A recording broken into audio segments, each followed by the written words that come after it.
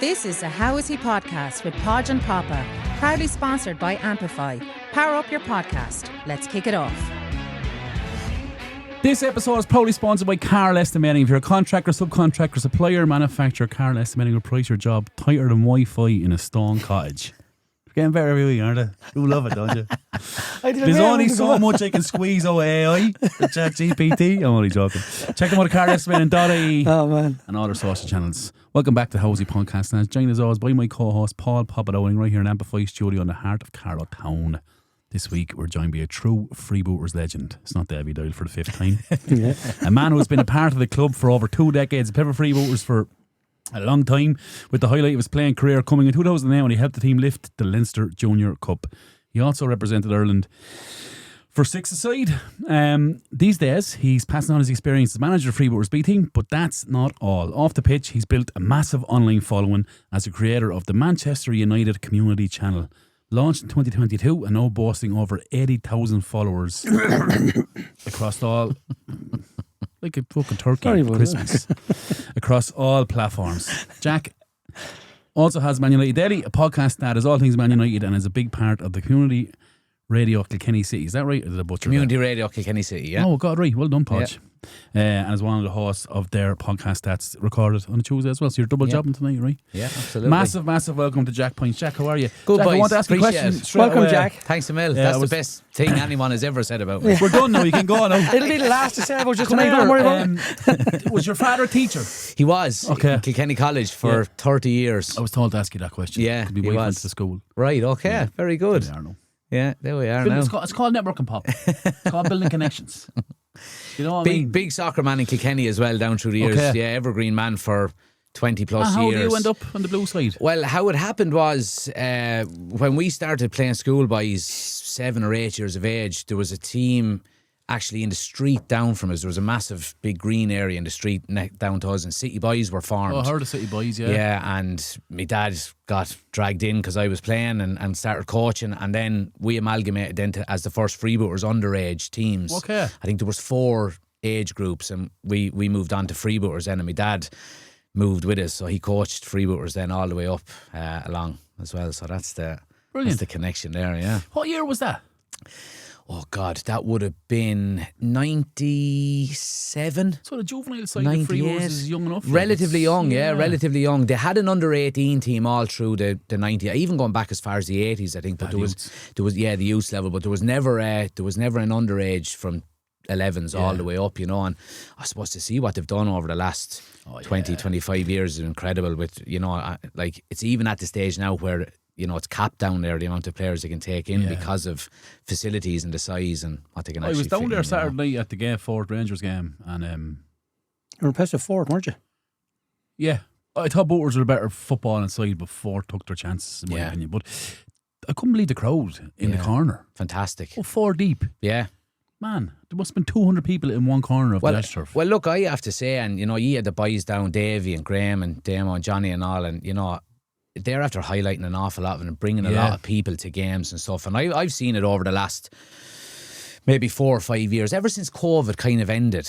The back end of that, the crowds all of a sudden they were there instantly, you know what I mean? And it's great to see. And when you've got podcasts and radio shows and stuff talking about it, it can only help, you know what I mean? It's great to see. It's not going to hinder, is it? It's not going to hinder it, you know. And you know, like people love their name mentioned. Exactly, that's it. And young lads these days now, I'm obviously doing a bit of social media for Freebooters, so I clip up the goal highlights from the VOs and stuff like that. But that's what young lads want to see. Yeah, they want to be able to see themselves scoring on social media, sharing it with their friends and stuff like that. That's the way of the world now, you know. Even touching on the Marble City Soccer Podcast, they are doing good work because they are like they're showing goals and like if a club is opening an envelope, the lads have it on the social. Absolutely, and that's the way it is. It's good networking, you know what I mean. And if anyone needs any, you know, shout out here and there, they're on it straight away. And I think Damo is over the Instagram, I think, and like I presume he will be. Yeah, and he puts up his own goals. Well, there's plenty of them in fairness to him. He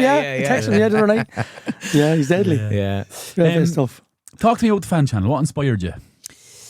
I suppose it probably came around on the back end of my playing career. You know, you'd be used to every Tuesday and Thursday night training, playing a game on a Sunday, maybe a couple of pints with a few of the boys after, and you're constantly talking about football. Yeah. And that was gone overnight. Now, I retired at 32. I left Freebooters, couple of good young lads coming up through, and sitting on the bench kind of wasn't really for me. So dropped down a level, played with New Park, played with Castlewarren first for 6 months, then went to New Park in the summer, and played 2 years with them, got to a McCalmont Cup final, bet by Evergreen in the last minute from a penalty. So we were very unlucky. But 6 months later, it all fell apart and we had no team. Yeah. So it kind of finished up around Christmas time. And I was, itching to, I didn't know what it was, and there was nothing there, and I was watching games and I just didn't have that conversation, and maybe that kind of community that was there that you'd have from a team and having a few scoops on the weekend. And that's where the channel came from. Started doing a couple of live videos, and you look back on them now, they're cringe, and there might only be 3 people watching, but you're there talking to the 3 people that are in the live chat watching the game with you. And look, it slowly grew. It gives me an excuse to watch every single Manchester United game, and that's all I can ask for. That's painful. Yeah, it's painful at the moment, but I don't have to explain it to the missus then as well. You know what I mean? So. What way is your missus with football? Sorry? What way is your missus with football? Is she? She hasn't the slightest bit of interest. But that's in the best thing for you then. Yeah, it's the best thing for me. Now she tries, in fairness, like even before the channel started, it was around the time when Ronaldo, he had signed in the summer before, and she said to me in the January or the February, did Ronaldo sign for Man United? I said, he did, about 7 fucking months ago. Yeah, you know what I mean? yeah. But she tried, but it's good for me because that gives me my own little, and my dad is obviously, mad into Man United and soccer as well. And so we have him more Sundays for a pint once the babies are in bed, and we talk about the soccer and stuff like that. So that's the great catch up. Yeah, exactly. Talk to me about, you just said it there, right? You start out and you're presenting this really professional, right? You have the backgrounds and it's fantastic, and you've 3 people.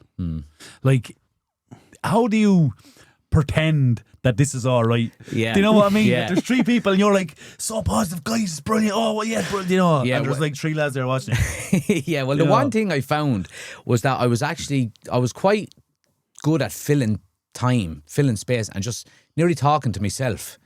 And it's when there's a game on, it's nearly easier to do because you're nearly commentating on the game. Yeah. Ball out to the right or whatever. And it started off a little bit like that. Now it's completely changed ever since when, if you have 50 or 60 or 70 people in the live chat, there's a constant feed of topics to talk about. But at the early stages, it is very much, you're on your own, and you've got to fill that silence with communicate or with anything really, so that I kind of slowly started to get better at that, but then, like I said, the pressure is off a little bit the more people are watching, because they're talking about different things and you can jump in and have your say on it then as well. I do watch it. I've often watched it because I used to watch Galbridge do it, do watch alongs, because I had an old, shouldn't say this, but I had an old dodgy, so I was behind and he was ahead. So it was brilliant. So if you were watching a match and say United are on a break, you'd know if it was going to be, and then the reverse will defend. Well, I actually had a dodgy box as well when I first started it. We shouldn't say that now.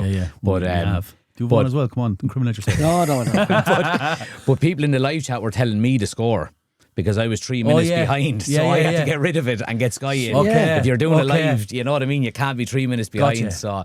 So that went out the window fairly quick. It's also it's a fucking weird one, Jack, because the more popular you get and the more followers you have, say, per stream, the more PC you have to be. Yeah. Like I find that so weird. Like your man Anfield Agenda, I seen a clip where he was about to drop the end. I've seen it, you see it, no? He was about to drop like the and he called him a numpty, I think, in the but end. It was so obvious. Yeah. Do you know? Yeah. I'm thinking, wow. Now, he did come out and say, he had a video saying he was actually talking about a white balled referee. Yeah. You know what I mean? Yeah. But look. No, but that's the other side as well. It can be clipped. Oh yeah, I mean, you have to be very careful. Like I remember somebody commenting on one of my videos. Do you know that you say, let's call a spade a spade? somebody took offence to it. That you know that it's actually it was seen as a racial slur 200 years ago. So I done my kind of due diligence on it and looked into it, and it isn't. It's nowhere near it at all. You know. So I knew, but I agree with what you're saying. You do have to be. When people are watching, you've got to be careful about what you're saying. Now, look, I mean, if the majority of people have a brain in their head, they're not going to be going out saying nothing stupid anyway. But like, look, I started off, you know, dropping the F-bombs here and there very regularly, and even, me too, brother. But I've kind of tried to limit it to the live watch-alongs for the games because that's natural, you know. Whereas I was doing news shows maybe. And I was saying it an awful lot. My father actually pulled me up on it. He said, stop doing that. Yeah. So it still comes in every now and again because it's natural. But whatever occurs. You just, but you do have to be careful. What time does the show start? Like a 3 o'clock kickoff. What are you getting on, Lena? So I'm getting on about a half an hour before the game. Going through the team. Going through the team. So it used to be a case where the team was announced an hour before. But now it's an hour and a quarter. So I'm not getting on that early. You'd run out of things to talk about, you know, between tactics and formation and stuff. So I found a kind of sweet spot was about a half an hour before. You can talk about maybe what's happened throughout the week. You can talk about the starting 11 and so on and so forth. And, you know, but again, the live feed then is kind of, it gives lads the opportunity to get in before the kickoff then as well. You know, if you were going on 5 minutes before and lads are going, where's the stream and this and that and the other. So I found, but a lot of it is testing as well. I tried an hour, then I tried 45 minutes, and then half an hour, and all of a sudden I found a sweet spot where, hold on, there's 40 people here waiting before I even hit the live button, which is great. So then you but it's a crazy world, Jack, because I guarantee you, right, mark my words, in less than 5 years, every single remember the fan cams on Sky Sports? Yeah, used to love them. This is what this is for me. Yeah, this is going to be attached to every single game now. Watch-alongs. Well, you look at you speak about Goldbridge there. He now has the rights to the Bundesliga. I've seen that, yeah. You know, which is that's crazy. Is unheard of. You know, before. So it's mad to try and think how it's going to go in the next 5 years. Because if you would have said 10 years ago what watch-alongs would have been, who would watch a lad watching a match? Exactly.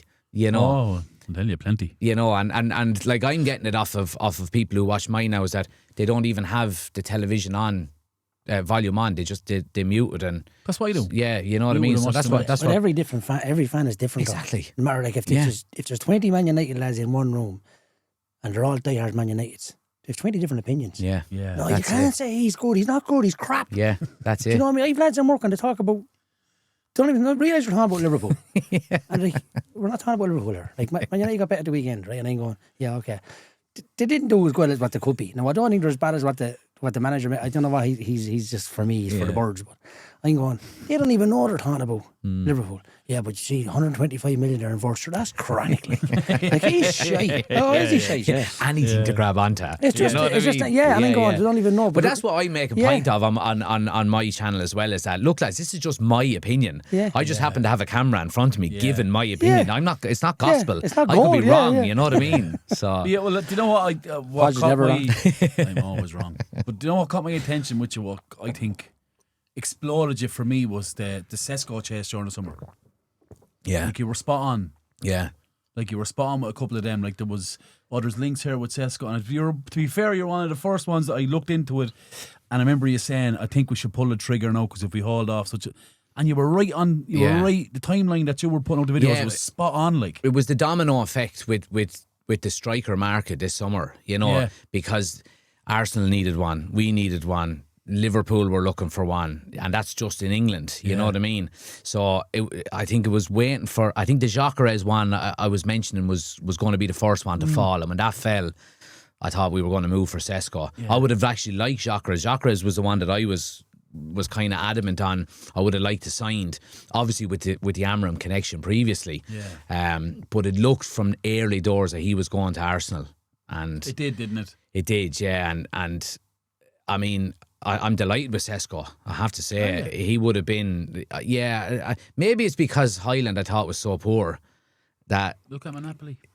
I'm not overly convinced by that either, though. Are you not? Like, he scores 2 goals in the Champions League and all of a sudden he's a great striker again. No, and lads are saying, He didn't have 4 good games for Man United. Oh yeah, 100%. He didn't have 4. Yeah, 100%. But then also lads are saying, but he's got a real creator behind him now in De Bruyne.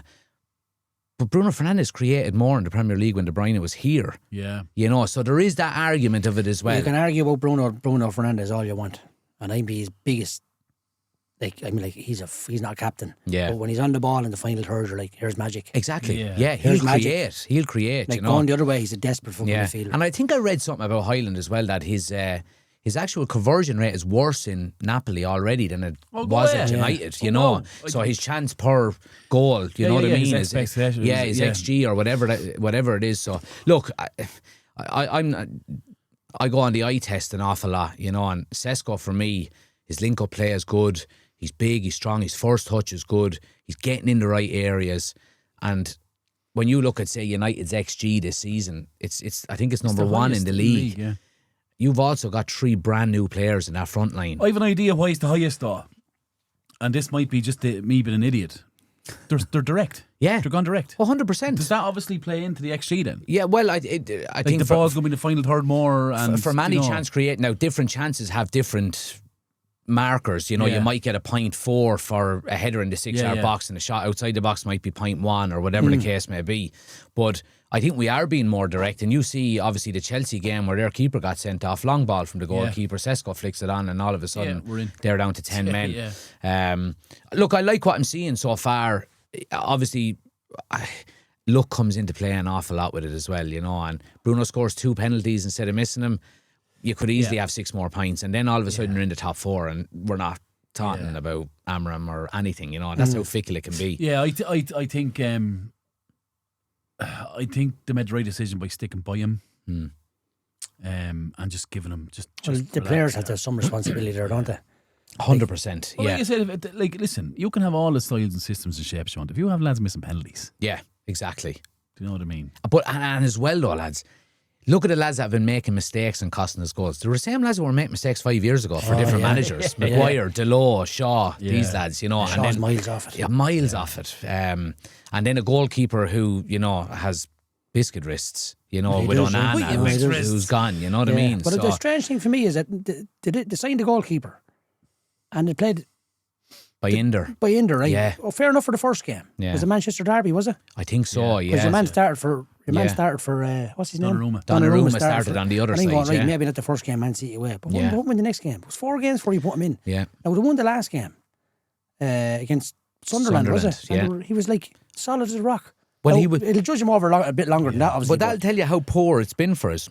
He actually just had a normal goalkeeping performance, and we were going, unbelievable. Lovely. No, but like he's coming out 6 yards and catching the ball. Yeah. And do you know what? It's funny you say that, Jack, because I had to shake myself back to reality. So I was thinking, we're for saying the second coming here. And then I was like, no, it's just basic goalkeeping. He just come out and caught the fucking ball, yeah. man. Yeah. And he's vocal. His positioning is very good. Both feet, you know what I mean? So has to be in today's standards, just standards. But the third goal that went in against Brentford.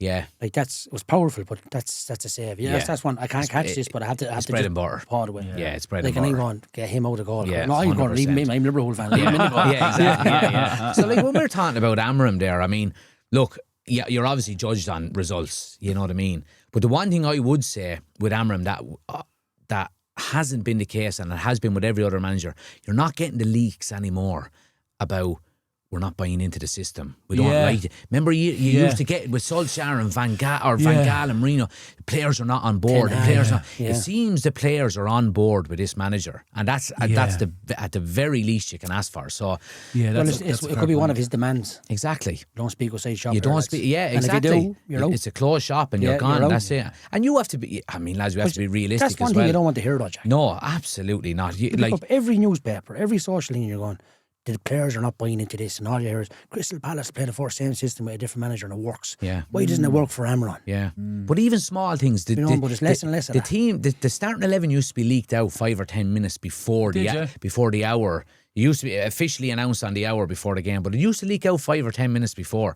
That's coming from the dressing room. Yeah. But ever since Amram came in, it's gone. But even remember, like with Mourinho and Pogba, like in the training ground, and I'm thinking, how are we seeing this? Yeah. Yeah. How are we seeing this? Yeah. Like, But who's you know recording what this? though? That's Mourinho, because that was an open training session. Mourinho done that on purpose. Okay. Because Pogba was coming out past him and he had a go at him. If I'm going to do it, I'm going to do it here. I'm when going to the do it cameras in are front watching. of everyone. Yeah. You know, and that's Mourinho's style, you know. Like Mourinho. I did, but I knew it wasn't going to end well, you know. But I knew he would bring trophies. We all wanted the Premier League. Look, I think if you put Mourinho in with this, maybe the structure that's there now, you know, when you've got maybe a director of football, and like when you put him in and Ed Woodward is running the show and he's signing the players and he's not, Mourinho gives you a list and he can't get you any of them. I mean, it's always going to end badly, you know. That's come out a lot though, Jack. Managers' wish lists and like just been Yeah. So like Solskjaer's, if true, what I read is true, is nuts. Yeah. And you have to be realistic as well. You're not going to get every target that you want, you know. Yeah. But for too long, Man United managers were given players, I think. Now, there's a fine balance, because I think even now with Amram, I think we're signing players that suit multiple systems. So if the manager change, like you take Brighton over the last 3 or 4 years, for example, when they've changed manager, nothing has changed, because they've got a style and a way that maybe the club want to play, and they sign players to fit that system. Yeah. You know, so if the manager changes, it's not a massive upheaval. Yeah, but because Brighton's a great example actually, because the recruitment is so concrete, right? Yeah. I think Southampton were in that space for That's a long right. time as well. Yeah. And you got to maybe Dortmund in Germany do Well, something the similar RBs, as well. And the RBs, the Red Bulls. Yeah, that's right. That's their model. You know, that's all their model. Come here, tell me this. Talk to me about putting yourself out there. Like at first, like is there nerves? Nerves of tree watching, right? Nerves of tree watching. There was never nerves of hitting the live button.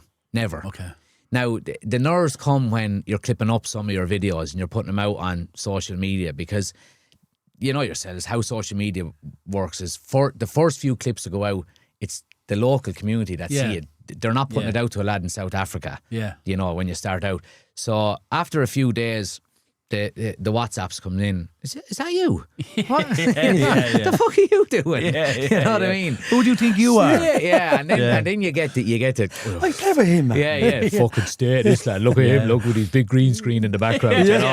You know, and that comes. But eventually, I'm very thick-skinned. I don't give a shit what anyone thinks, to be honest with you. You know what I mean? And I think that's something.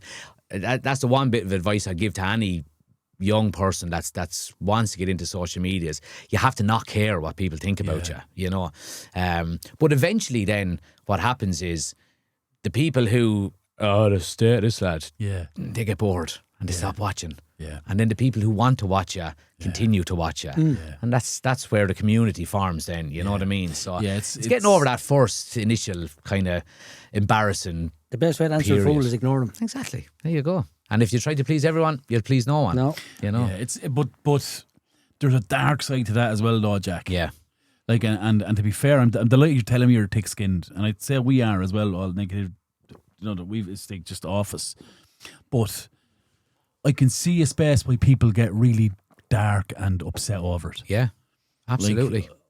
Like, when we started the TikTok, when we kind of went a bit better than what we were on socials, like I just checked some of the comments and I was thinking, if this was someone young and vulnerable reading this, It's a different Experience is crucial for you. 100%. Well, and I had no experience of it. Like I dabbled a little bit in YouTube before the United. Like I actually had a reseller channel before. What the fuck is that? Go to car boot sales and find things and resell them on eBay and stuff like that. You know what I mean? I had it for a couple of months, but I found I didn't have the real passion for it. I always loved the idea of YouTube and creating content and stuff like that. And I was saying to myself, what am I going to do? And then I said, why am I not doing United content? Yeah. You know what I mean? Because it's something that I'm going to be watching forever anyway. But I've kind of put a couple of little things in place. And it's all down to experience. I had no experience at the start with this, but when I put up a TikTok or an Instagram reel or whatever, a clip in general, I'll spend the first 10 minutes replying to comments. And after that, I don't go near it ever again. Yeah. Because the genuine lads might be the lads that have your notifications on for your new posts.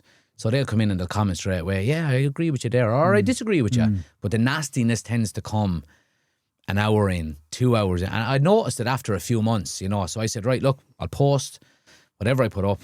I'll maybe 20 minutes later, I'll jump back in, respond to a few comments, help the algorithm, and then I'm out. You know, and then, because basically what you're doing is, you put up I'll put up one today about Casemiro potentially getting a new contract at the end of the season. How old is he? He's 33, I think. Jeez, I thought he was older.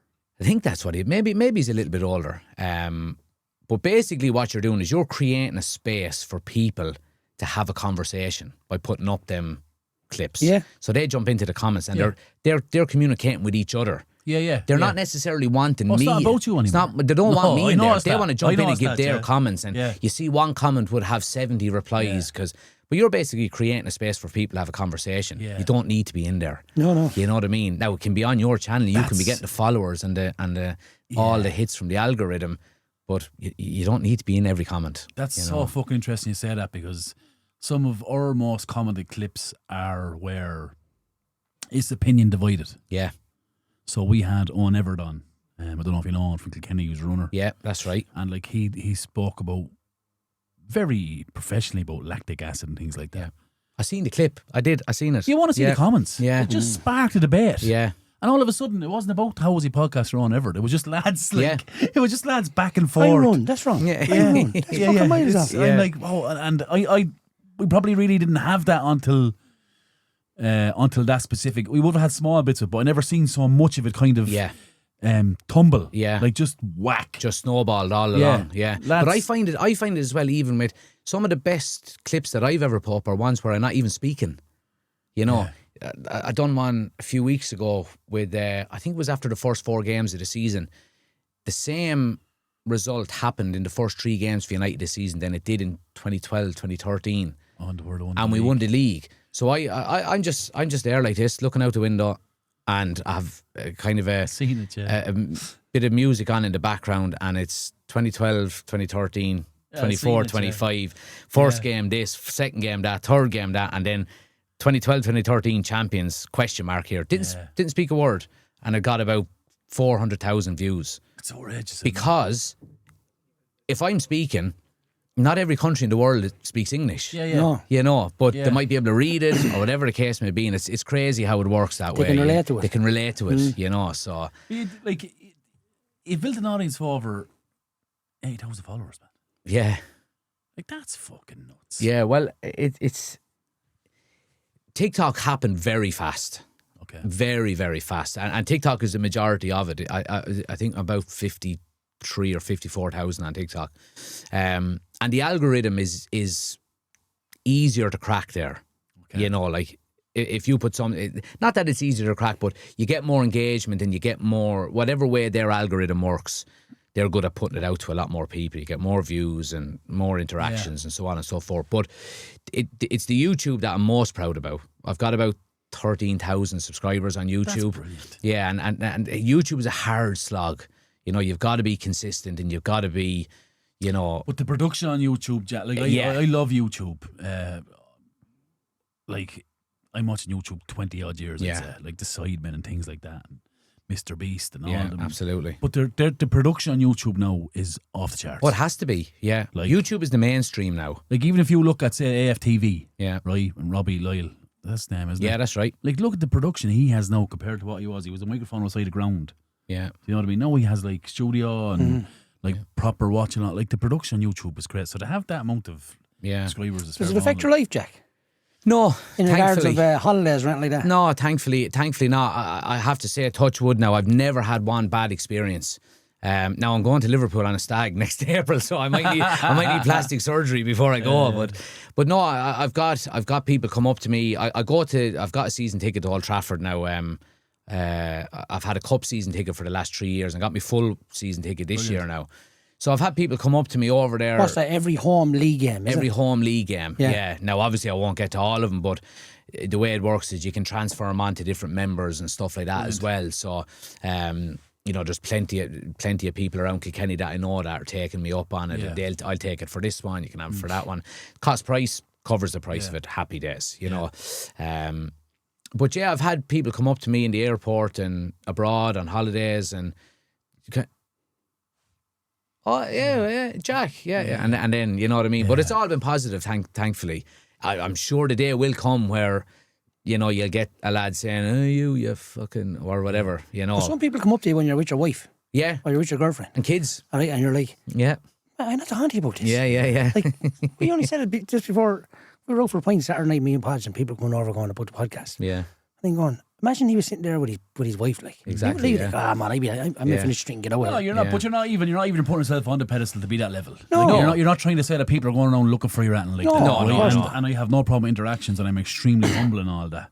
But it's a queer fucking weird emotion when someone can point you out. Yeah. That you haven't got a fucking clue who it is. 100%. I had someone call me name in not Marbella, in Malaga. Not the summer gone, the summer before. Hey, Jack. I just turned around. I was pushing the buggy with my daughter in Right, it. okay. You know, I turned around. There's a lad down on the beach waving at me. I naturally put my hand. Well, lad. How's it going? And up he came. I said, who the fuck is this lad? And he was a viewer of the channel. I said, Jez, I love the channel. And then as soon as I say that, then it's, you know, it's different mode. Oh yeah, Jez, thanks. That's exactly it. You know what I That's mean? exactly you know, it, you're not that you're more closed, but you have to go, okay, I don't know this person. Yeah. You know what I mean? Yeah. But look, I mean, thankfully it's all been good so far. But it's part of it as well, though. It Jack. is. You can't, can't. I feel, and I said it to him Saturday night. You can't sit here with the attitude that who do you think you are coming over to speak to me? Exactly. Like, you can't have because you're putting yourself never out like there. that. Yeah. Do you know? Yeah. Like, and what I noticed as well is you have to be willing to always want to talk about Man United now. Yeah. Nearly, because anyone that comes up to me, even people that I know from home, the first conversation now is United all the time. Yeah. You know, and thankfully I have a group of friends that don't really watch soccer, don't get involved in it. So if we go for a pint or anything like that and meet up them, we don't even talk about soccer. You know what I mean? We talk about golf or hurling or whatever the case may be. You know what I mean? So it's good to have that. And again, like we mentioned with me missus, she hasn't the Scooby-Doo That's about good, it. right? So it's great. It's great balance to have, like, you know. what's the content that you mentioned algorithms that there, but what content do you feel connects with people? Like, what gives you the most space where the views come in? Like, is it reactions, watch-alongs, transfer talk? It depends on the platform, to be honest with you. Different platforms react differently to different types of content. What do you think of that?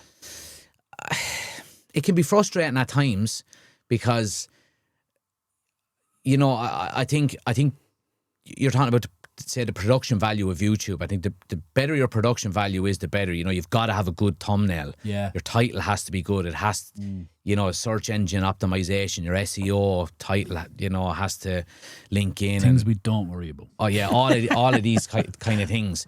But you might put in really good production on a TikTok or you know, and I'm starting to do that now as well, where I'm doing overlays on TikToks. Whereas I used to just pick up the phone and do it. Yeah. Where now I'm doing it because I work from home, so I work from the same computer that I do all of my content from. Brilliant. So I've started to record it on my camera with the proper microphone, and then, you know, editing things over, and then you put that up, and you get 1/10 of what you would have got when you were holding the phone to your face. Nuts, isn't it? It's crazy. But I think it's all, I think you go back to consistency. The algorithm knows that you with your phone to your face is after getting you for 50,000 subscribers or followers. If you want to change it, you have to be willing to have 1,000 views instead of 50,000 views for 3, 4, 5 weeks until the algorithm reads, oh no, this is the same lad, and would push it back out to the same people. But that's where I think the algorithm falls, Jack, in the sense that they're trying to keep you, they're trying to pigeonhole you.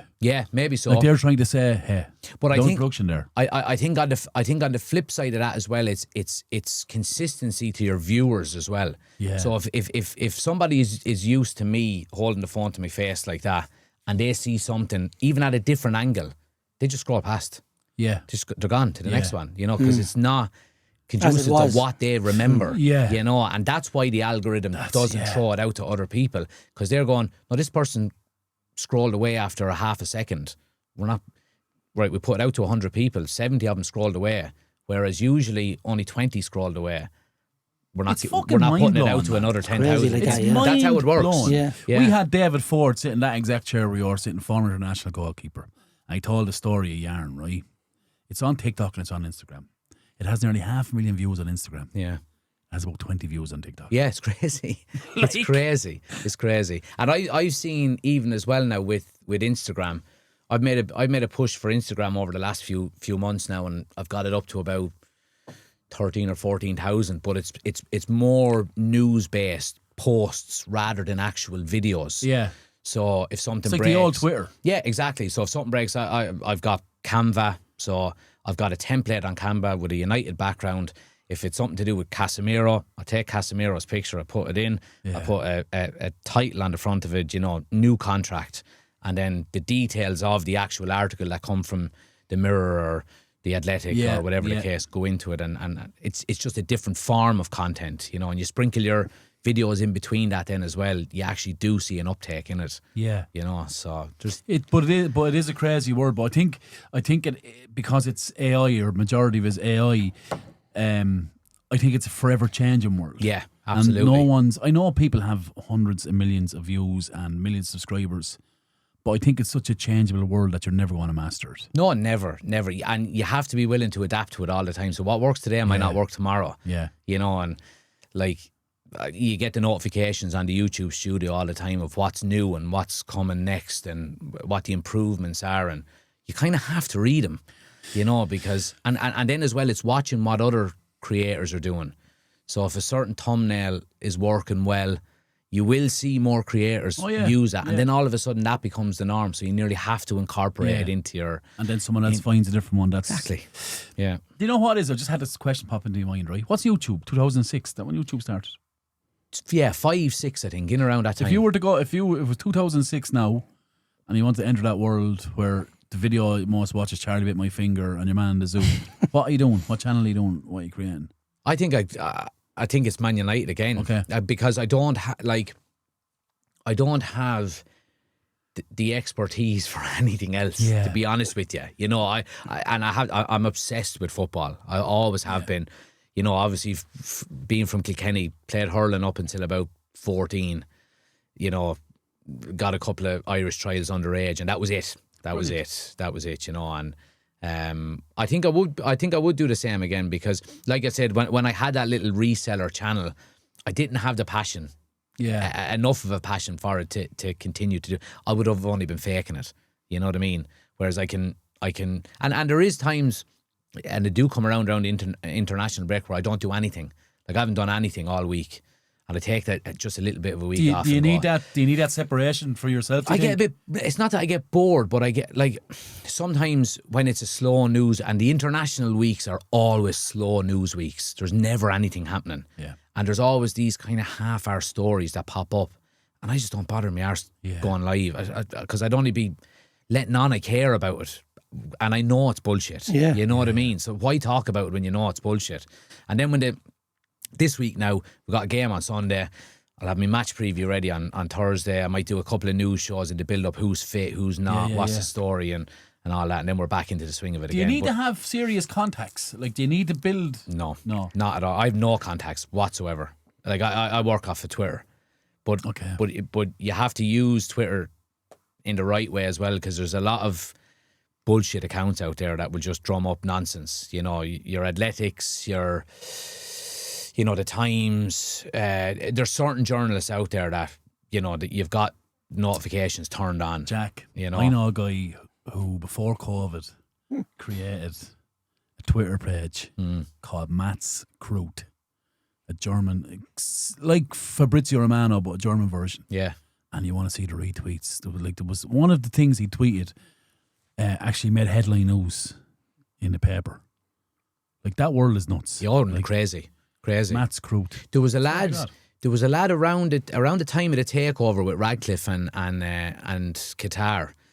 There was a guy that put up a post about Qatar is going to get finalised in the next 24 hours. Something along them lines anyway. Yeah. And it exploded. It was on Sky Sports News. The Athletic done an article on it. It was in the New York Times, the whole lot. And this lad had 200 followers sitting in his bedroom in Bolton or something. Yeah, it's nuts. You know, and just how it takes legs, you know. It's crazy. It's crazy how it works. But the more you do it, the more you're able to kind of narrow it down and filter out the nonsense and the bullshit, you know what I mean? Yeah. But you have to be on top of it as well, you know what I mean? Because, But if that wasn't the case, it'd be everyone could do what you do. yeah. Do you know? Yeah, I suppose. Because a lot of it is trying to fish them reputable sources Yeah, exactly. that have a bit of history. Yeah. And it's not a lad sitting in his house in Bolton, or do you Yeah. know what I mean? Absolutely, yeah. And it's kind of, I enjoy that kind of side of it as well. Now, the missus gives out to me because the phone is it's after dinging a couple of times since we're in here, and they're all Twitter notifications there now of news coming up, you know what I mean? Yeah. And she's always giving out to me, put down that bloody phone, you know. It could be something now, you know, or whatever the case may be. But look, I love it. I enjoy it, and you know, You have to be respectful, though, don't you, to your wife like that? yeah, you do, yeah, absolutely. You get enough time about football yourself. Yeah, exactly. You know, and look, I'm managing a team now as well, and I'm gone 3 days a week, and you know, we have a nice little routine in the evenings where I do my news show on a Monday, Wednesday, and a Friday, and it's at 9 o'clock at night. So we both put the kids to bed at 8 o'clock. She goes for a walk with the dog at 9. I do the news show, and she comes back. Then we sit down, watch a bit of TV, and chill out or whatever, you know. So she's a saint. In fairness to her, for the ball for me, you know what I mean? Yeah. She sounds it. What does the future hold? Would you like to do it full time? I'd love to do it full time. Yeah, I really would. Look, it's a hard thing to turn into a full time job. And look, I'm still learning on how to. Maybe I could have gone full time by now. I don't know. Maybe it's a lack of.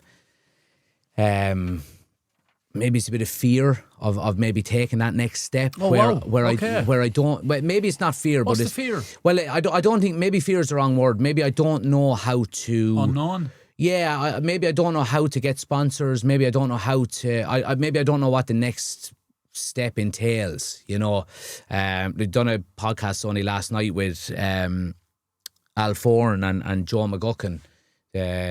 Oh yeah, we on that one? Yeah, the go casuals. ahead. Yeah, It's brand new. brand new one. Yeah, I asked 2 boys on. Yeah. They wouldn't even reply to messages on TikTok. Can you send us on to them, Jack, please? So yeah, they had me up, and I was kind of asking them the story. I said, "Boys, what's the story with going full time and this and that and the other?" And they gave me some good advice. You know, if you want to maybe go into an agency or stuff like that. To be honest with you, I'm happy the way it's going at the moment. I'm in no real hurry for it. I've got a full time job. I work from home. I'm able to bring the kids to school in the morning. You know what I mean? I'd love to be able to do it full time, but if it doesn't ever happen, But on the flip of that, though, sorry to interrupt you, but on the flip of that, Jack, isn't it great that you have the full time job, that you're not relying on your community, Manchester Community Channel, monetary wise? Yeah. You're not relying on. It'd be nice if it happened. Oh yeah, absolutely. But imagine you were brand new and you're relying on it. Yeah, well, that's the thing. know. That's a lot of lads jump head first into it without knowing. You know, lads will see Mark Goldbridge getting 55,000 people watching. Watching a watch along with him. That's no one is getting them numbers. No, he's a multi-millionaire. That's not happening. Yeah, but he you know started what I mean. out with nothing as well. Well, he started out with nothing as well, and you do have to start out with nothing. But you know, you look at the likes of the Stretford Paddock or United People's TV, and these guys are getting good, solid numbers. You know, they're on around. I think Stretford Paddock around 800,000 subscribers now. United People's TV is around 500,000. They're earning a good wage out of it, you know, and it is possible. But you've got to be patient. You've got to be consistent. Take Stretford Paddock as an example. Like that was I can't get the guy's name. Housen, right? Stephen Housen, yeah. That was him with a phone. Yeah. And he's at a building now where he has a savage studio, great setup. Yeah. Like I would be a fan of the Paddock now. I'd watch it. That's my favourite one to watch, yeah. I think they're very good. Housen's very good. And he's with Ferdinand now That's as well, right? He does Rio Ferdinand. He has his own podcast now as well. Something similar to like you remember the Newcastle guy? True Geordie. Remember his podcast, kind of a serious kind of a podcast. Stephen Housen's It's the vibe we're going for. Yeah, Stephen Housen's doing something like that as well. I don't know what I'm doing here, so.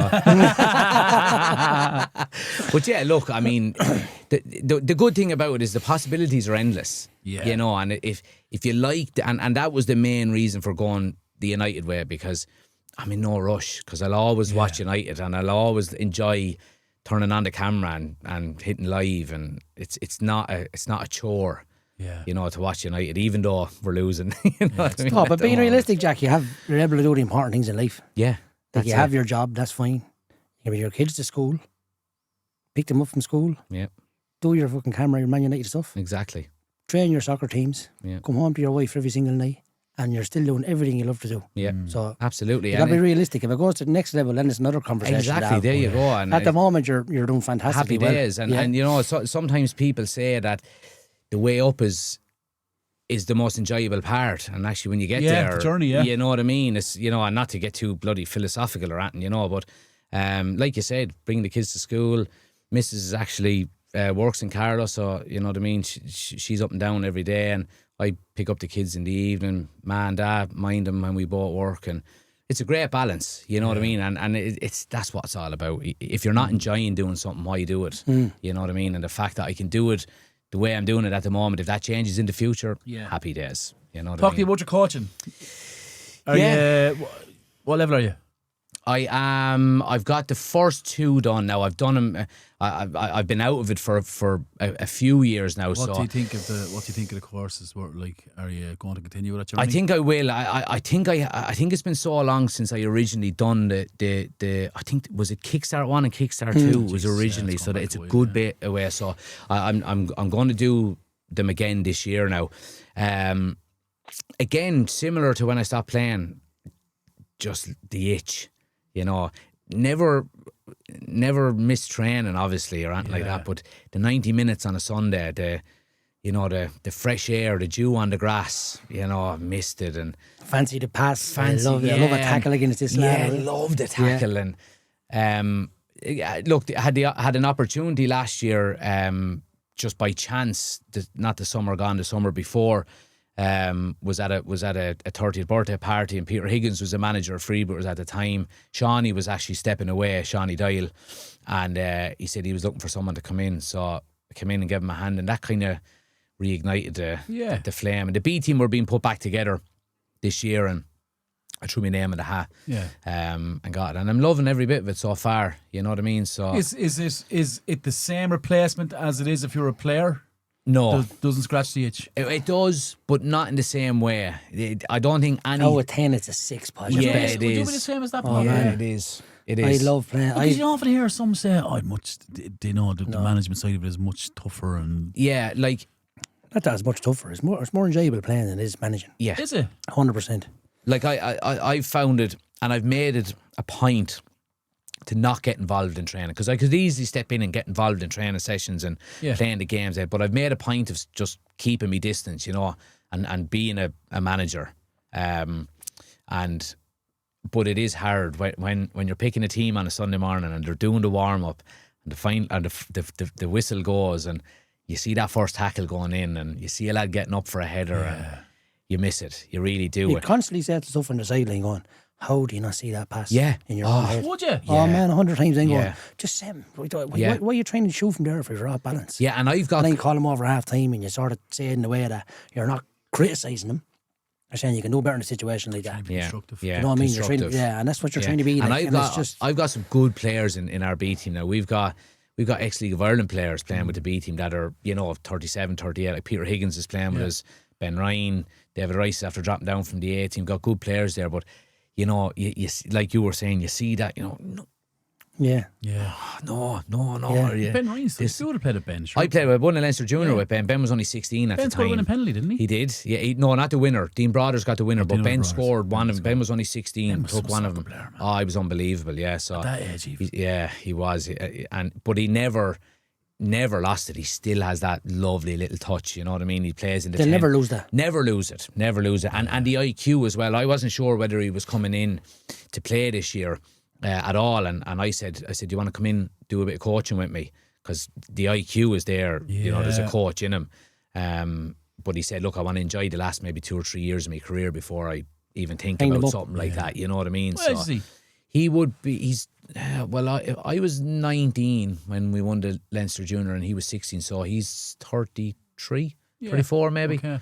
But Jay still has it, you know. And Peter Higgins playing centre back for us. Played with Wexford Youth, won the first division down there with them. Quality. He was at Castlewarren last year, was he? He was with Castlewarren last year, but he's a Freebooters all the way up. You know, so when we put the B team back together, our main we had two real objectives. First one was to for the older players who still want to play to have the opportunity to do it at Freebooters.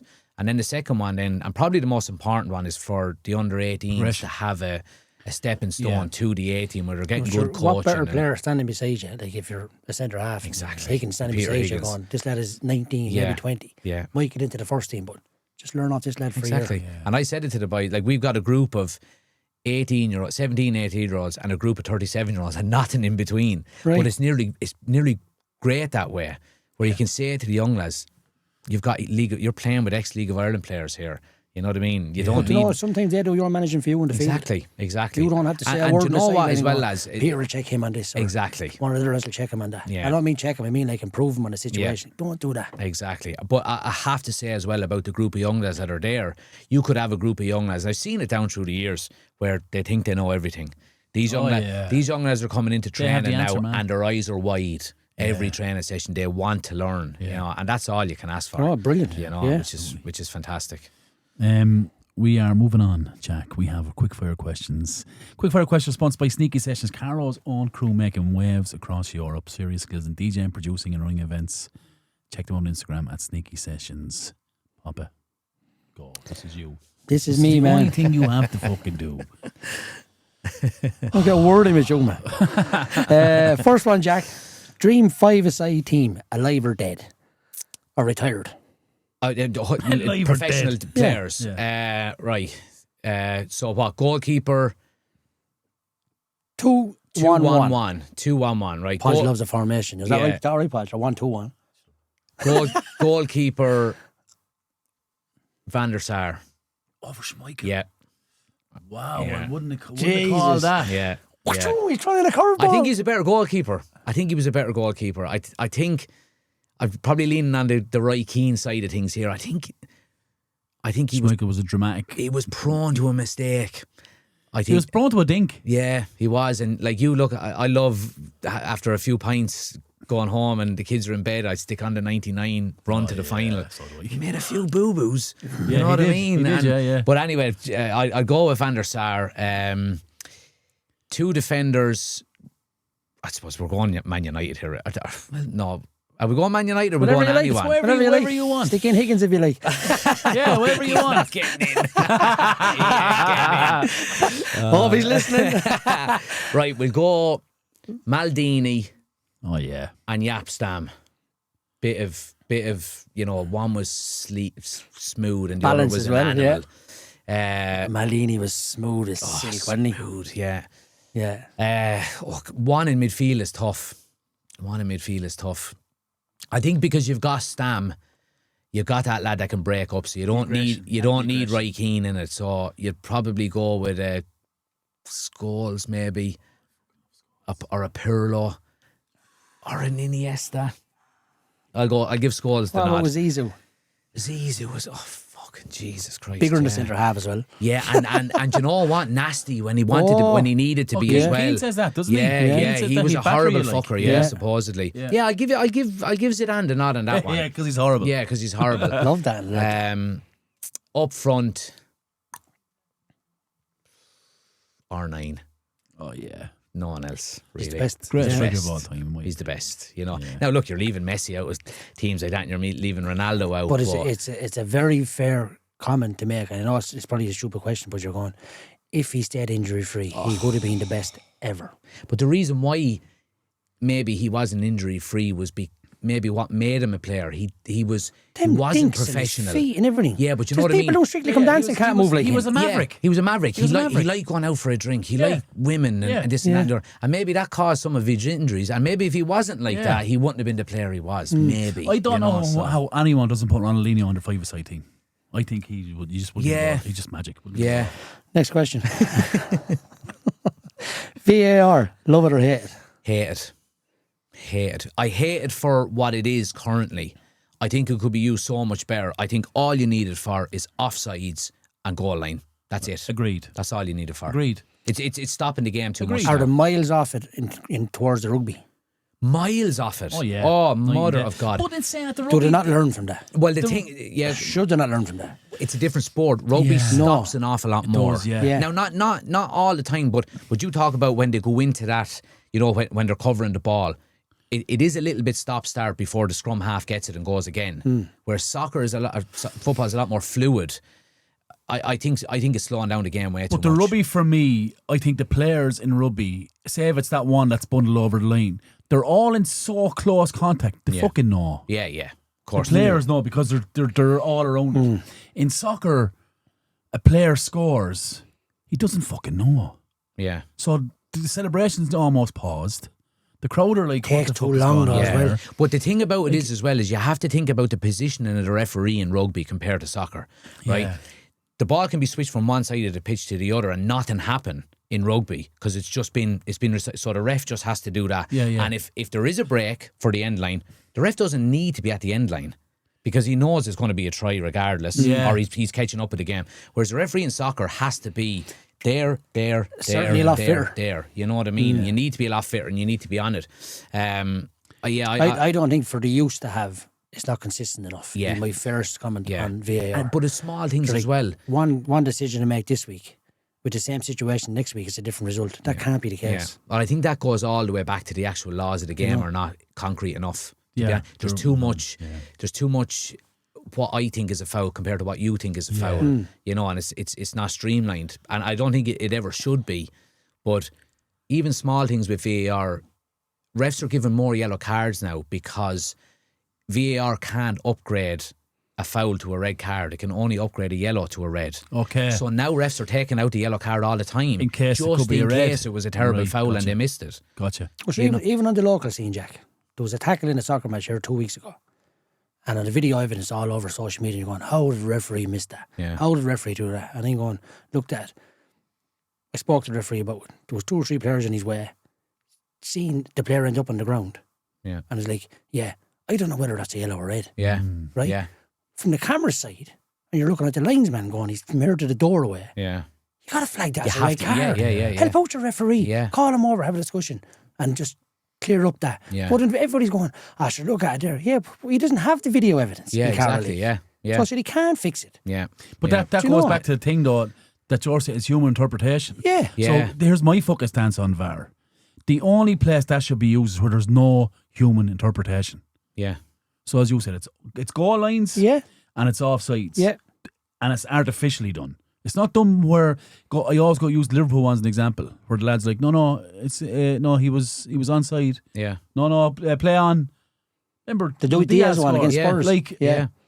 if you have human interaction in it, there's always going to be space for error. Yeah. Well, you look at it, video assistant referee. It's there to assist the referee, Yeah. not re-ref the game. Yeah. And that's what's happening too much Yeah. now. It's actually re-reffing the game. Let's go back to the days of when we were having a pint after a match and giving out about a referee, but understanding Yeah, that. rather than the referee trying to be perfect. Yeah, but what's happening now is we've got video technology and we're still not getting the right decisions. No. Yeah, I you agree. know. Miles off it. What's the best advice you've been given in football? My dad gave me probably the best bit of advice. I was a right winger when I was younger and I was 8.5 stone and I was very slight. Fucking fat jockeys. I anyway. wouldn't tackle a bag of chips. I used to play on the right wing, you know, I was probably a lot lighter, even going back, like under 12s, 13s, whatever it was. And he said, I was moved back to right back and I wasn't tackling lads. And he said, see that lad coming down there now, he's whatever, 9 stone. Or he said, that's 2.5, or he said, you're 9 stone. He said, that's 2.5 bags of spuds. He said, now if that lad is coming down the sideline and he gets a belt of 2.5 bags of spuds, he's going to know I hit him. Yeah. And everything changed. Really? Everything changed. You know, I all of a sudden I just... simple mindset. I went into one tackle and I wasn't hurt. Yeah. Oh, And- wow, this is how tackles But work. that This is, Easy. And I that will won the just ball. Yeah. flick a switch in your head That was it. and you'll play the rest of was your life gone. like I that. played right back then for the rest of my life and I couldn't wait for the first tackle. Yeah. Brilliant.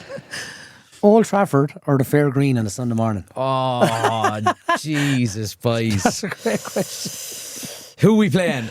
Evergreen. Or Liverpool, one or the other. Yeah, look, it has both of them have their place in my mind and my heart. I'd probably go with the Fair Green, to be honest with you. Love that. The days of showing up down there and the big games, the games against Evergreen, against Thomastown, against the, East End when they were flying and challenging with us for leagues was brilliant. So remember he beat us in the last 5 minutes to win the league. We won up. That's right. Yeah, I remember that. I talk about that every other week, though. Every week. Yeah. It's like a button. Yeah, Demo has one down in Kilkenny. I'd say Fair Green when it was grass, because it's AstroTurf now, and I Right. never played on the Astro. Right. I was gone by the time it was there. set up down there Grass now, or Jack. Astro? Grass. Grass. Good grass all day long. Good slide tackle on Yeah, the yeah. grass. Love Good it. set up down there now. It's beautiful. It's impressive. Yeah, it's very fantastic. impressive. Yeah, it's Like even I have been down there for so long. Even went in there Saturday night and you go around, like you get the smaller Astro there now, and you can see what they're starting to build. Yeah. Like it's jazz. I'm like, geez. Well, we were only saying there, we were looking at the drawings, and they obviously couldn't get planning permission for it, but if you put a bar in there with a balcony on it on a Friday and a Saturday night, because we're playing night games down there now, you know what I mean? A nice bit of revenue coming into it. I'd say, it'll happen eventually down the line, you know what I mean? But Covers the cost of exactly, there your you go. officials and everything. And takes less of a hit of a player. Yeah, and the local Booters pub for the last 60 years has started. He's across the road in the corner. He's, you don't have to go out and buy kegs. Say, listen, give us one or give us the half of the Guinness. Support That's him. the You best run thing it. we'll do You there. run it. You know what I mean? You run it. Yeah. So Authorities at the Fair Green. Yep. Change it. Biggest Man United legend. Bobby Charlton. Oh yeah. Bobby Charlton has to be. Like I actually got into an argument with the two boys last night about Ronaldo not being a United legend. I don't think he is. Oh fuck. And I just couldn't put him up there in the same category as Bobby Charlton, who got pulled out of an airplane trying to win a game for Man United, and 10 years later coming back and winning the champion. And what he done for the club for the He's iconic, 50 isn't or he? 60 years after that was absolutely unbelievable. He is the pinnacle, and no one will ever come near him. Did you see the television film about The Munich disaster. Yeah. Yeah. And it was kind of based around Charlton. Yeah. I wonder, is that accurate? Well, look, it's hard to know. You know what I mean? But like, Was it good?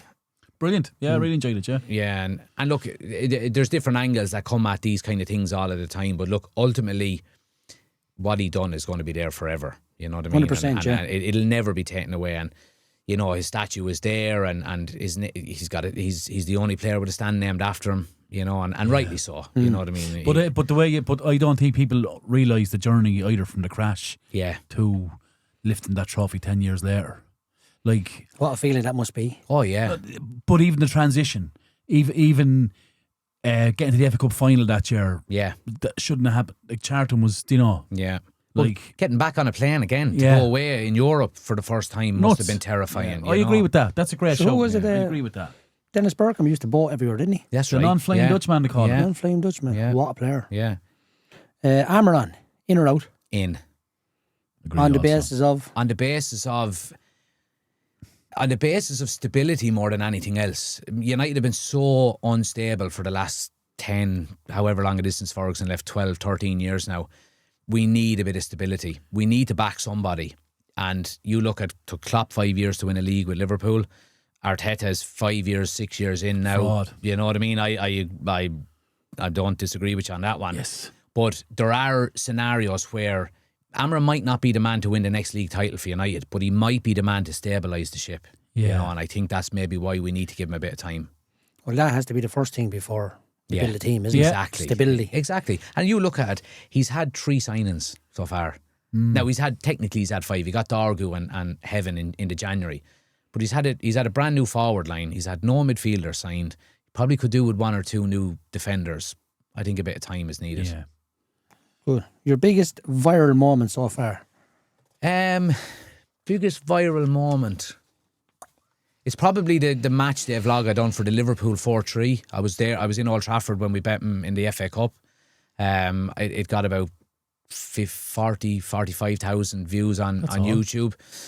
So that was probably it now, and it's probably my proudest one, because you're obviously editing things and you're learning how to do all of these kind of edits and stuff like that. So I'd say that one. Yeah. Brilliant. Yeah. Most common comment you get from viewers? Support your local. Is it? Every single. As in LOI or? Leave Ireland, yeah. Okay. Every single TikTok live. Go away. It's support your local. You get the guys that are staunchly and look, it doesn't bother me in the slightest. I when they say support your local, I say I manage them. You know what I mean? These are like these Celtic fans that said to me, they had finished third or fourth in the Premier League. Yeah. They would have was upside down like a salt shaker. Yeah. But I have the argument as well with lads to say there's no League of Ireland team in Kilkenny anymore. And when they were here, I used to go to every single game. Would you be a League of Ireland fan? I do. Yeah, well, Kilkenny City, you know, and I was lucky enough to captain them under 20s. Brilliant. You know what I mean, years ago, and like. If they were back in the morning, I would be at every single game on a Friday night out there. You know what I mean? Yeah. And when I was in college in Cork, I used to go to all the Cork City games when they were on and stuff like that. The League of Ireland is fantastic, and I just wish there was more. It's getting better though, isn't it? It is. It absolutely is. Everything is getting better. The local scenes are getting better. Junior football, but it needs more investment. You know, it needs the FAI run properly from the top, putting money into it, government funding, whatever the case may be. I think the funding's coming. Yeah, it is coming, I think the structure is years away. Yeah, I agree with you. Too many lads stepping in and standing out positions. Yeah. In my opinion. Player you defend the most on your channel? Defend. Who do you defend the most? Probably Bruno Fernandes, because he's that polarising kind of figure. I can't buy into him, Jack. You know what I mean? Yeah. Look, I agree with the argument that he's not captain material, but not to the extent that a lot of people do. The days of Roy Keane and John Terry and Tony Adams, they don't exist anymore. And a captain is different now. And you have the odd player like Van Dijk. I'm looking at Man United and I'm going, who else do you give the captaincy there? Yeah, well, I would. Do you know what I mean? You look around and you go, I'd give it to De Ligt. I mean, he captained Ajax at 19 to a Champions League semi-final. If you're picking your best team, he's playing every week, isn't he? Yeah, absolutely. Martinez when he's fit, you know. I think if Casemiro spoke English, you could easily give it to him. Yeah. Look, I think there are lads there, but Maguire wasn't bad. Maguire wasn't bad either. He's not going to start up, but the captain has to play. The thing about defending Fernandes is that I can't get away from the record he has. He's been the most productive player in the league from any team since he arrived. Yeah, and that's a fair point. we would have been a hell of a lot worse if he wasn't around. Oh, he was a massive signing. Whether you like him or not, you know what I mean? Yeah. Last one for you. Player you criticise the most? Probably Fernandes. Luke Shaw. I'd say, Probably. Luke Shaw. Why is that? Is it a frustrating because you know it's in him? It's a frustration thing. Yeah, I done a video on him. Someone asked me a question in a live chat one night about his injury record and how many games he's played. And I was Googling it on the computer while I was live.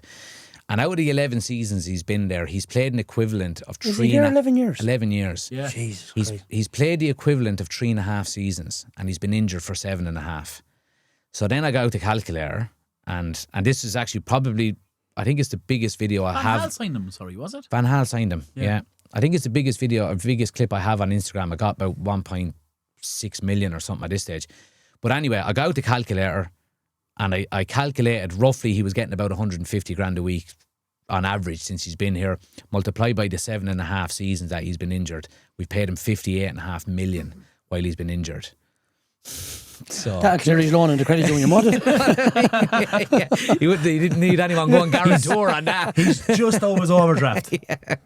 So yeah, I'd say Luke Shaw. Fuck me. But on the flip side, I do feel sorry for him. It's not his fault. Yeah. United should have never given him 3 contracts. Yeah. You know what I mean? So, and that Phil just Jones goes to would be in show. the same bracket. Phil Jones is in the same bracket as well, and it's not down to the player themselves. It's down to how poorly the club has been run over. But I think that the last thing I say on Man United, I think it's rotten from top to bottom. Yeah, I think that's the problem. Yeah, and look, I have to say as well about Ineos is that I do think now they've got some things wrong, but I think overall I don't think they're doing too bad of a job. I think they've got competent people in the right areas. You know, director of football, sporting director, I think their signings have actually been good. Yeah. When you look at it, like they've had 2 summer transfer windows now, and outside of maybe Cirksey, I think, or maybe Ugarte, but like I think everyone after that has been a good signing from him. You know what I mean? Dorgo was a good signing. I think he will be. Do you? I think he will. I think he's got the raw materials. He needs a lot of fine tuning, but when you look at what you need from a player that's a wing back, you need physicality, you need speed, you need an engine in you. Power. He's got it all. He just needs to maybe fine tune his final ball. You know. Yeah. Brilliant. Jack. Good stuff, Jack. Website announcement. Don't know what I've done there. Go take a look at our website, howwashe.ie. You'll find the back catalogue of all the previous episodes. You can sign up for our newsletter, and don't forget to enter our weekly predictor, the Fantastic 5. Entry is free, and you can win €500. Kindly sponsored by Lee Murphy Kitchens. Popa, it's that time. The biggest diva in KCLR, the biggest diva Your in best Ampifi, friend. the one and only Shannon Redmond.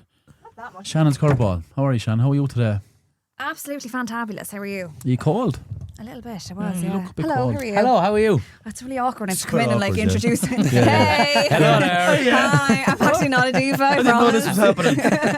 Don't mind what he Who's your says. one? Yeah, I'm not as bad as Podge makes me out to be. I'm true being told. Did you do your sponsor? No, don't know. Fuck me. Shannon's curveball is sponsored by brew.ie, your go-to place for design, marketing and content creation. Craig is based in Carlow, and he's actually currently in Las Vegas getting married. Woo! Congratulations, Craig, and fair More play power to you. What's it called? Little White Chapel, is it? What's it Elvis, called? is Remember we Elvis were in married Vegas, him? Pop, you really got married. Remember that? What was his name? Or her name? That's brew.ie, BREWWW.ie. Check him out. Anyway, let's roll the dice. Shannon, what do you have? I didn't have one. I have a fan question. You are so lazy. Have you fans? You have fans? Wow. Yeah. Juicing in this, Pop. Yeah. It's under I'm your fan. Yeah, that's it. No, so we had a message into the Instagram basically asking a question, and I said I'll throw it into the curveball. Okay. Oh, yeah. What is it? Well, I just think, first of all, relax. Okay, take a second. Not me. I wasn't even looking at you. Tell me to relax. Put I'm on only my messing. glasses. I'm only messing. Hey, you. Relax. You're like, what is it? No, but I think this is the thing that we should start. If people do have, it'll take me out a bit of work, it'd be ideal. If people do have questions, to send it into our Instagram page. What is it, Podge? @HowIsHePodcast. Oh, that's so lazy, Shannon. Goodness, all It's right. the one part you have to show. Okay, I'm running the studio. It's just the one thing I have to do. Stop being critical there, bud. Oh, goodness Sorry. me. So you want the people now to do your curveball? Yeah, So it's called great. People's Curveball now, delivered by Shannon. That's what it's going to Exactly, be yeah. now. We'll get that revoiced for you. I'm only joking. Yeah, it's a good Right. idea. It's a good idea. No, you can't come back now. Anyway, look, the question was, if you're on death row, what would your final meals be? And I'm going to throw something in here as well. Where from Carlow would you get it? So what place? Kilkenny for Jack, right? Kilkenny for okay. yourself, Jack. It's food, Podge. You can take over there, bud. Yeah, no, I get that. What's yours?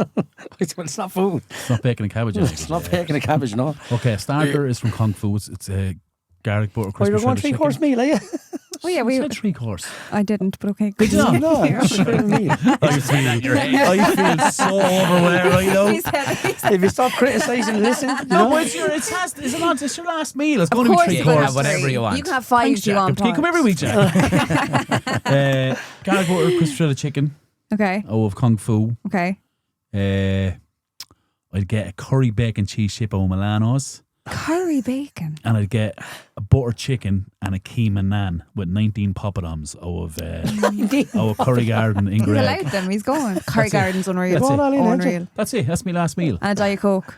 Coke Zero. I wouldn't have dessert. Yeah, right. Oh, no, Of course not. Dessert would be probably something over crotties, I'd say. An old cream bun or something over crotties. Or the rats cakes are nice too. Oh, Yeah. how did I leave out the chicken over rats? You fell out with it last week, didn't you? Yeah, I did, yeah. That's all he spoke about List. Saturday night. Yeah. Chicken or rats. Fucking joke. Oh. What? I wasn't even with Saturday night. Why you not? Are you different hallucinating, No, Podge, now? no, you say me all right. That's good. That'd be hard bet. Yeah. Would you not be all on board a curry bacon cheese chip? That one threw me a little bit now. I've never had that. Unbelievable. Have you ever had that? Garlic cheese chip now is my one. Yeah, with bacon as well as good, Bacon, yeah. Curry bacon cheese Do chip. you know what I got the other day? Absolute madness now. I think it was called, I don't know what the fuck it was called. Sandwich. But it was called a ham.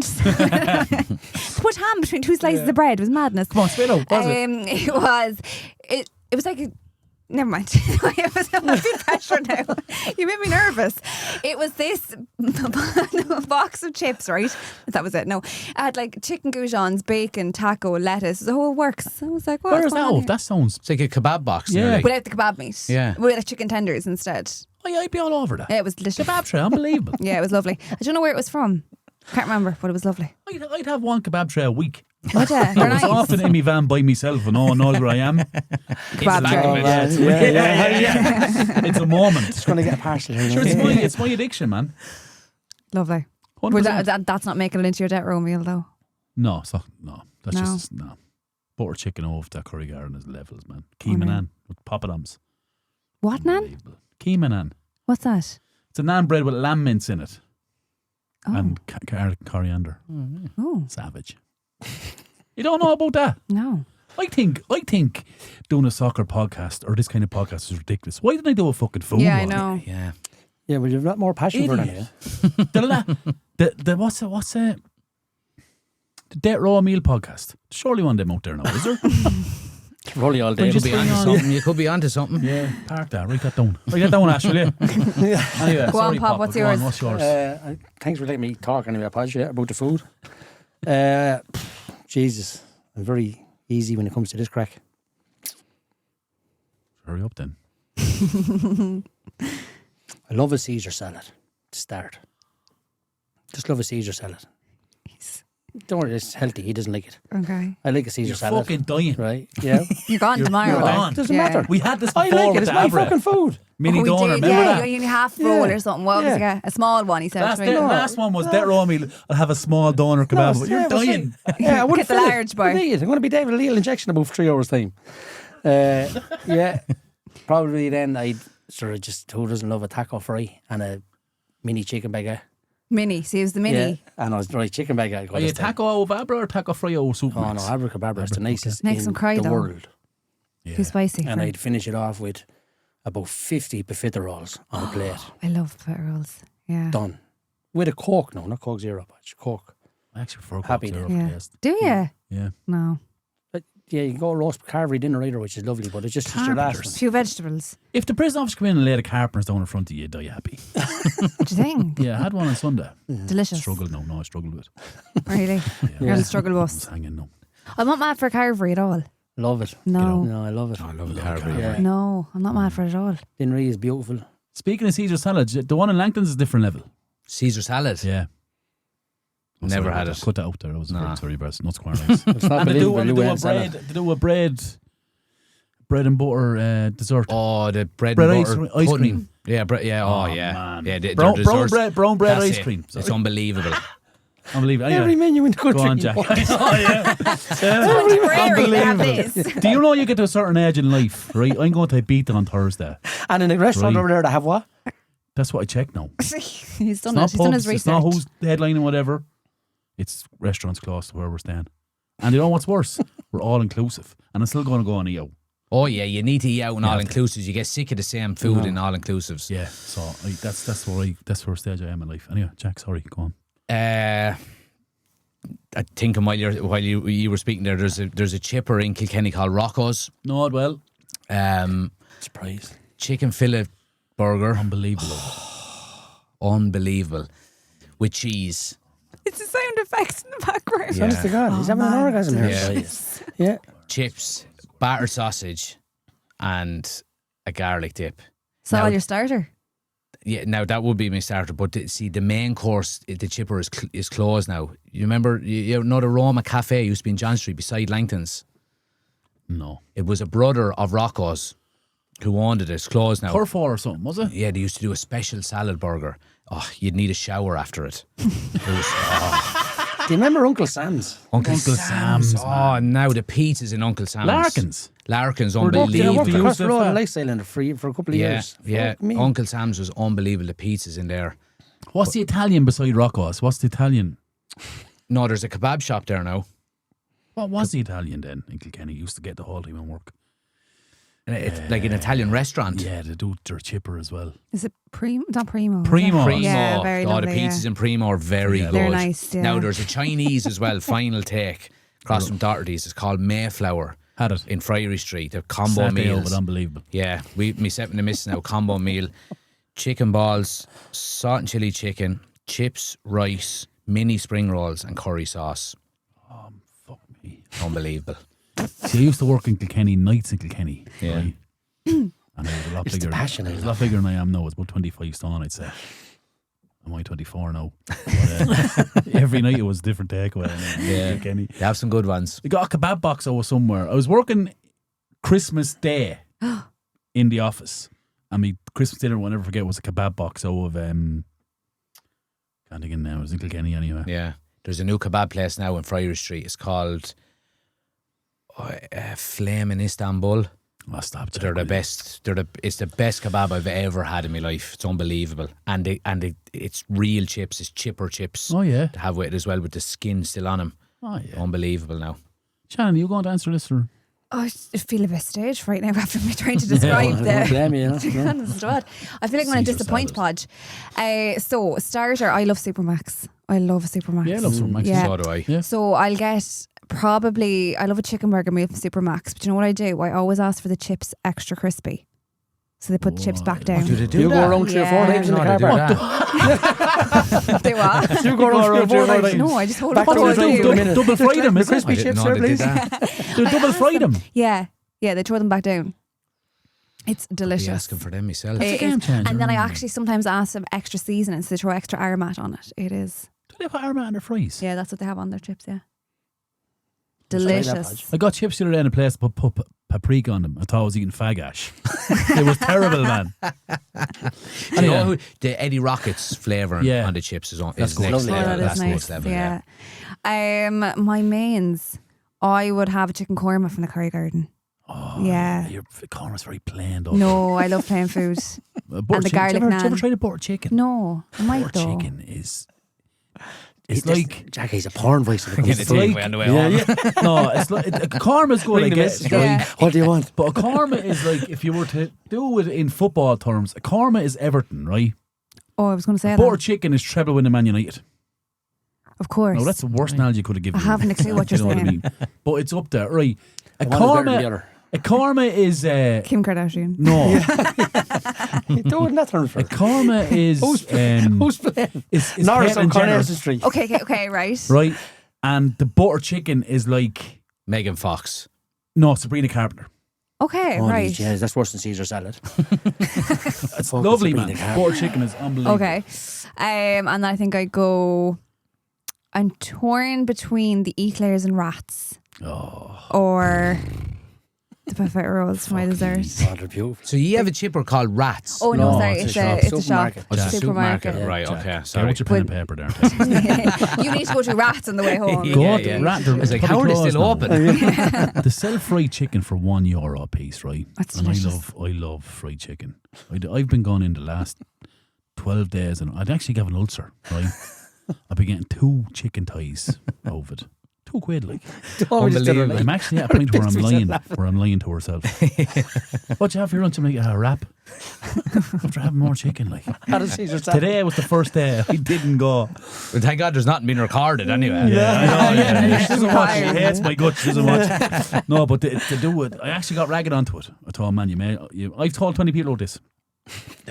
Man, it's the nicest. Oh, it's unbelievable. Sorry, you said wrap there. Reminded me of something I'm changing. Do you ever have rappos?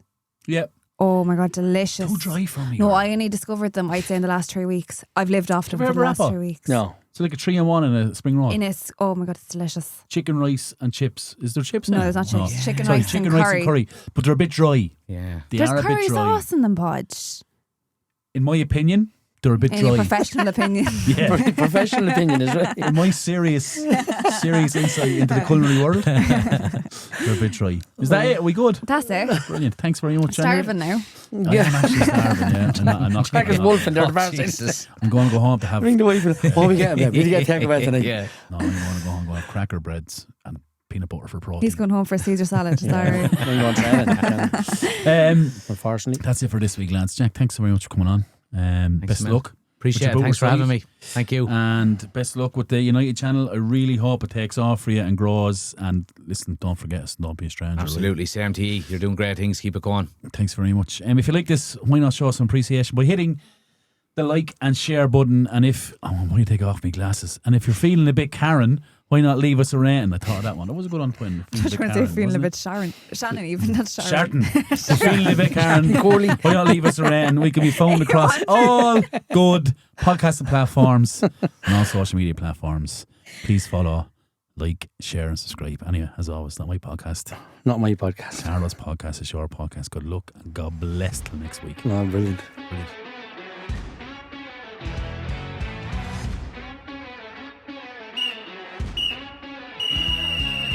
That's full time on this week's episode of the Housey Podcast. Available on all podcasting platforms. Find us on Facebook, Instagram, and Twitter/X. Proudly sponsored by Ampifi. Got a story to tell? A voice that needs to be heard? Get in touch with us here in Ampifi, Carlow Town's professional home for podcasters of all kinds. We can be found on Instagram at Ampifi Podcast Studio. Ampifi, power up your podcast.